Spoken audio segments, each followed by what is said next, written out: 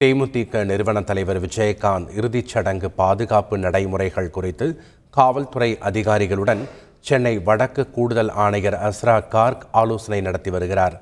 கூடுதல் தகவல்களை செய்தியாளர் சமய மணிவண்ணன் வழங்க கேட்கலாம். வணக்கம் சமய மணிவண்ணன், இந்த ஆலோசனை கூட்டம் எங்கே நடைபெற்று வருகிறது? யார் யாரெல்லாம் கலந்துருக்காங்க? என்ன மாதிரியான பாதுகாப்பு ஏற்பாடுகளை செய்ய திட்டமிட்டிருக்காங்க? விவரங்கள் என்ன? வணக்கம். தேமுதிக தலைவர் விஜயகாந்த் நேற்றைய தினம் உடல்நலக்குறைவு காரணமாக காலமானார்.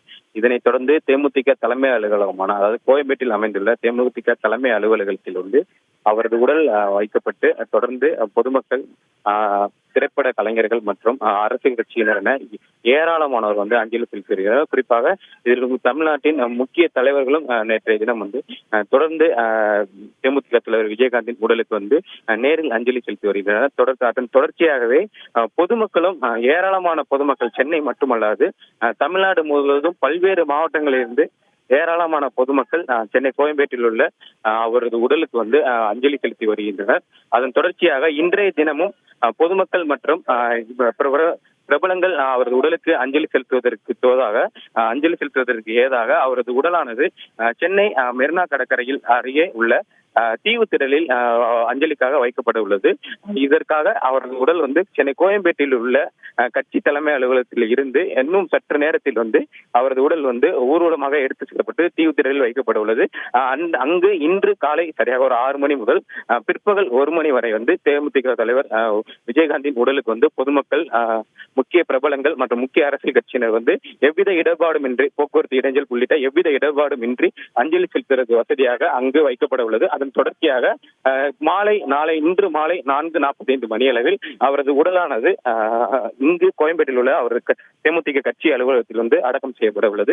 இதனையொட்டி, அதாவது கோயம்பேட்டிலிருந்து அவரது உடல் தீவுத்திடலுக்கு எடுத்துச் செல்லப்பட உள்ளதை ஒட்டி வடக்கு கூடுதல் ஆணையர் அஸ்ரா கார்க் தலைமையிலான துணை ஆணையர்கள் மற்றும் இணை ஆணையர்கள் இன்று ஆலோசனை நடத்தினர். குறிப்பாக சென்னை கோயம்பேட்டில் உள்ள அலுவலகத்தின் வாயிலேயே அவர்கள் அனைவரும் எவ்வித இடர்பாடும் இல்லாமல் தேமுதிக தலைவர் உடலை தீவுத்திடலுக்கு எடுத்துச் செல்வது என்பது உள்ளிட்ட பல்வேறு அம்சங்கள் குறித்து ஆலோசனை நடத்தினர். இதன் தொடர்ச்சியாக இன்னும் சற்று நேரத்தில் அவரது உடலானது சென்னை கோயம்பேட்டில் உள்ள கட்சி அலுவலகத்திலிருந்து தீவுத்திடலுக்கு எடுத்துச் செல்லப்பட உள்ளது. இன்னும் பொதுமக்கள் தொடர்ந்து அவரது உடலுக்கு அஞ்சலி செலுத்துவதற்காக கோயம்பேட்டில் உள்ள கட்சி அலுவலகத்திற்கு வருகை தந்த வண்ணம் உள்ளதன் காரணமாக இன்னும் சற்று கணிசமான அளவிலான பொதுமக்களை நீண்ட வரிசையில் காத்திருப்பதால் இன்னும் சற்று நேரத்தில் அவரது உடலானது சென்னை தீவுத்திடலில் வைப்பதற்காக கோயம்பேட்டில் உள்ள அவர் கட்சி தலைமை அலுவலகத்திற்கு எடுத்து செல்லப்பட உள்ளது.